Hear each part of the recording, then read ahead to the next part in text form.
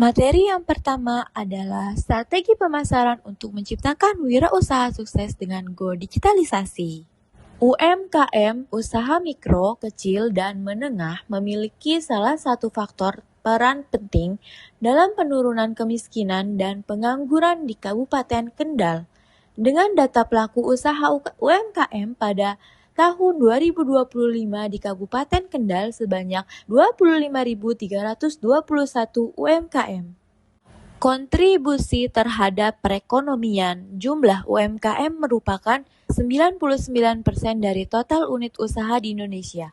PDB kontribusi UMKM terhadap PDB mencapai 60,5%. Tenaga kerja UMKM menyerap 96,9% dari total tenaga kerja nasional. Ekspor, kontribusi ekspor UMKM naik dari 14,37% pada tahun 2020 menjadi 15,69% pada tahun 2021. Tantangan bagi UMKM. Yang pertama adalah permodalan, sumber daya manusia, pemasaran teknologi, peraturan, dan perizinan. Yang kedua ada peluang bagi UMKM.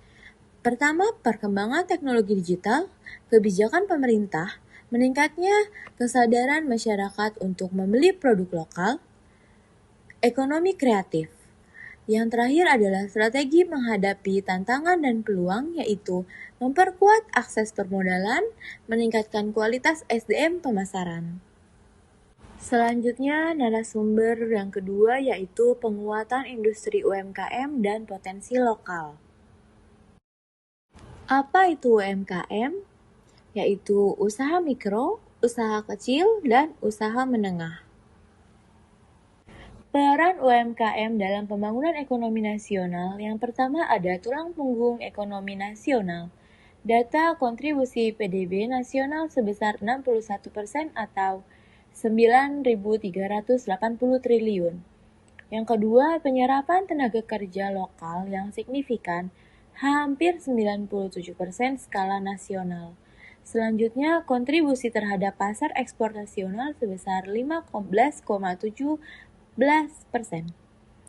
Yang keempat ada terdapat 64 juta unit UMKM senasional terdaftar di NIB. Kesimpulannya yaitu UMKM adalah pilar penting ekonomi dengan kontribusi besar. Tantangan utama yang dihadapi UMKM dengan strategi yang efektif, dukungan pemerintah dan kebijakan strategi sangat penting untuk pertumbuhan UMKM. Inovasi dan adaptasi terhadap teknologi akan menjadi kunci kesuksesan di masa depan. Selanjutnya materi yang ketiga yaitu motivasi jadi pengusaha. Jumlah entrepreneur ideal yaitu 4% dari jumlah penduduk. Negara ASEAN yang penduduknya paling banyak. Indonesia jumlah entrepreneur-nya paling sedikit yaitu 3,47. Indonesia masih kekurangan 1,5 juta pengusaha. Mengapa jumlah pengusaha sebuah bangsa rendah? Yang pertama, tidak dididik. Yang kedua, tidak dilatih. Ketiga, tidak disiapkan. Dan keempat, ketidakpedulian. Ada dua cara menjadi entrepreneur, yaitu yang pertama by accident, karena kecelakaan, kebetulan, atau kepepet. Yang kedua, by design, sengaja merancang diri kita sendiri untuk menjadi seorang entrepreneur.